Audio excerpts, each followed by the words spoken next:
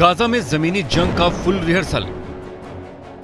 उत्तरी गाजा में घुसे इजरायली टैंक। हमास आतंकियों के कई ठिकाने तबाह।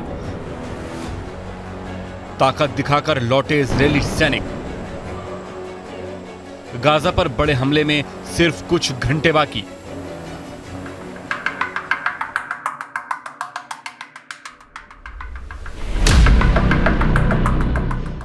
सात अक्टूबर को हुए आतंकी हमलों के बाद से ही इजरायल हमास को मिटाने में जुटा हुआ है। गाजा पर हो रहे ताबड़तोड़ हवाई हमलों ने हमास की कमर तोड़कर रख दी है। उसके कई आतंकियों को मरने के बाद कब्र भी नसीब नहीं हुई। उसके कई कमांडर भी मौत के घाट उतारे जा चुके हैं।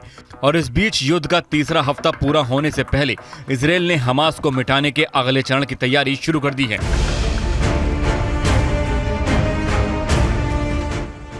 गाजा में घुसकर जमीनी जंग।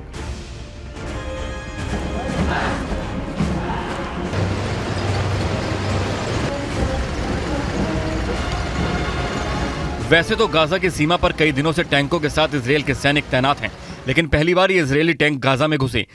आईडीएफ के मुताबिक कई टैंकों के साथ इजरायली सैनिक उत्तरी गाजा में घुसे और हमास आतंकियों के ठिकानों को तबाह कर दिया। आतंकियों की सटीक जानकारी के बाद घुसे सैनिकों ने बड़ा हमला किया। हमास के टैंक रोधी ठिकानों को बर्बाद किया और फिर वापस इजरायल की सीमा में आ गए।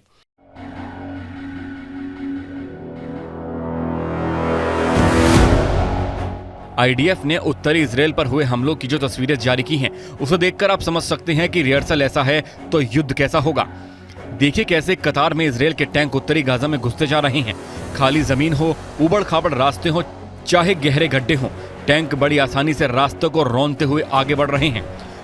और इस दौरान वो आतंकियों और उनके ठिकानों को तबाह भी कर रहे हैं। एक एक ठिकाने को चुन चुन कर निशाना बनाया जा रहा है, जिसके बाद वहां दिख रहा है तो सिर्फ धुआं धुआं और धुआं, जिसे गाजा में बहुत दूर से भी आसानी से देखा जा सकता है।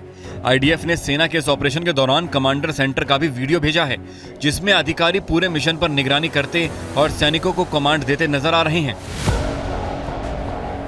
इजरायल के सेक्शन को बड़े जमीनी जंग से पहले का रिहर्सल माना जा रहा है। जाहिर है अब जल्द ही जमीनी जंग शुरू हो सकती है, जिसका ऐलान इजरायल के प्रधानमंत्री बेंयामिन नेतन्याहू ने कर दिया है। אזרחי ישראל, ה-7 באוקטובר היה יום שחור בתולדותינו. נברר עד תום מה קרה בגבול הדרום ובעוטף עזה. המחדל הזה ייבדק עד תום. כולם יצטרכו לתת תשובות, גם אני. אבל כל זה יקרה רק אחרי המלחמה. गाजा की सीमाओं पर खड़े टैंक और सैनिकों को अब बस इंतजार है एक आदेश का और शुरू हो जाएगी गाजा में जमीनी जंग।